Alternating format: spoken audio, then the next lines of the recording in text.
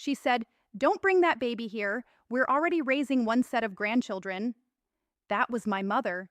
She said it at exactly 3:12 p.m., standing in her doorway, while I was holding my 6-week-old daughter, just 3 days after my husband's funeral. If this already hit you, like the video and comment below. My name is Aisha. I'm 32 now. But this story really starts when I was 25, married, and living in a 2-bedroom apartment on Maple Street, Unit 4C. Back then, life felt stable. My husband, Daniel, worked as a civil engineer making about $78,000 a year. I ran a small online bakery business pulling in around $1,800 monthly. We weren't rich, but we had plans. And my parents? They lived just 18 minutes away. Close enough for Sunday dinners, close enough to matter, except they never really showed up for me. But they always showed up for my sister. My older sister, Nadia, had twins at 23. From that moment on, my parents practically moved into her house. For 6 straight years, they babysat her kids every weekday from 7:30 a.m. to 6 p.m., school drop-offs, lunch packing, homework help, sleepovers twice a week. They even had their own keys, their own room in Nadia's house. Meanwhile, when Daniel and I asked if they could watch our dog for one weekend in 2019, my mom said, "We're too tired, ask someone else." I laughed it off back then, but looking back, that was the first crack. Then everything changed on October 14th, 2021. At 11:47 p.m., I got the call. Car accident, Highway 8, drunk driver. Daniel didn't make it. The next 72 hours were a blur. Hospital corridors, paperwork, signing forms I didn't understand, standing next to a coffin that didn't feel real. I was also 8 months pregnant, and I remember thinking, at least I still have my parents.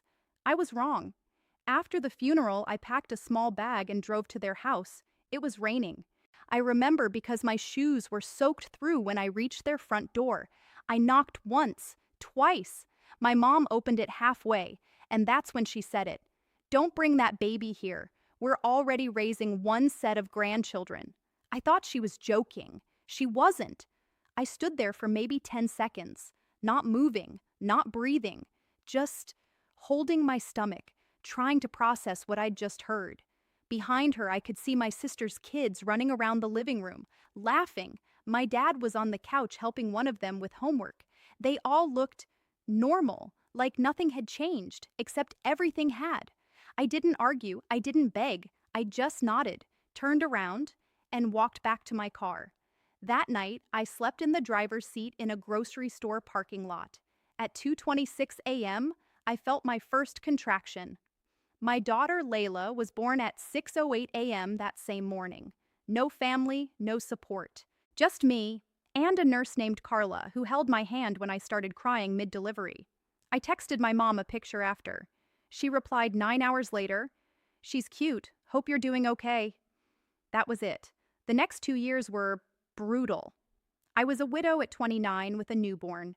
Rent, $150 utilities, around $220 groceries, barely manageable. I sold my wedding ring for $2,400 just to stay afloat for 3 months.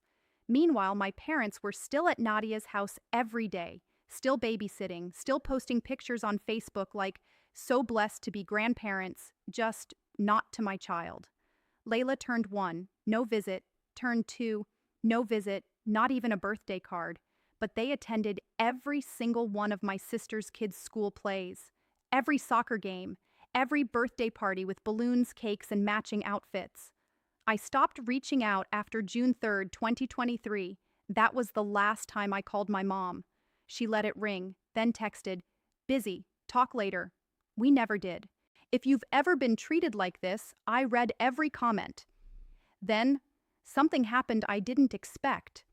On January 11th, 2024, I got a call from a lawyer, an actual lawyer. At first, I thought it was a scam, but then he said my husband's full name, Daniel Reyes, and everything changed again.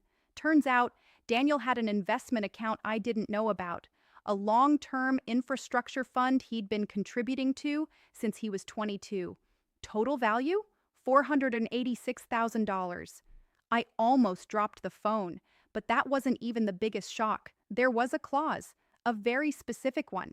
If anything happened to him, the money would go to me and our child, but it also included a personal letter he had written, dated March 8th, 2021.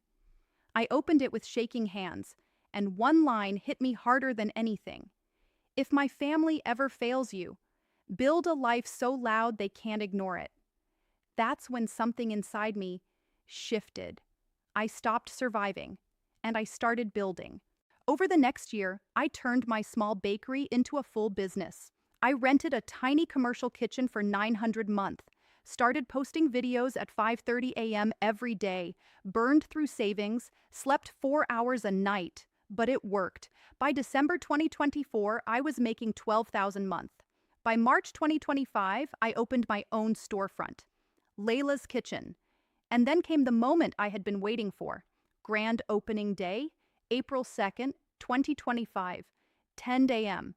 I didn't invite my parents, but I knew they'd hear about it. Small town, news spreads fast, and right on time.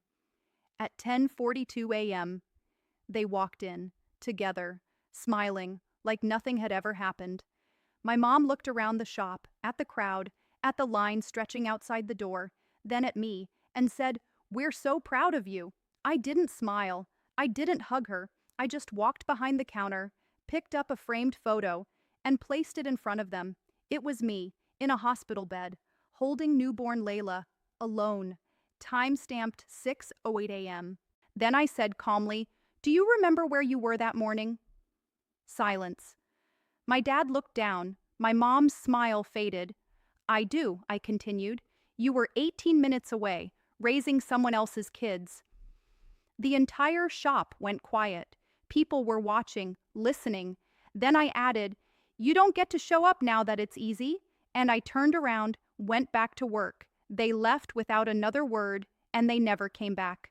A week later, I got a message from my sister, first one in years. It just said, "I didn't know they treated you like that." I didn't reply. Some silences are earned. Today, Layla is 4. She laughs loudly, loves strawberries, and has never once asked about my parents, because she doesn't need them. She has me, and I made sure that was enough. Sometimes I still think about that day at the door, about the rain, about what my mom said, but it doesn't hurt the same anymore, because in the end, they didn't reject me. They revealed themselves. And I built a life so loud, they'll always hear it, just never be part of it.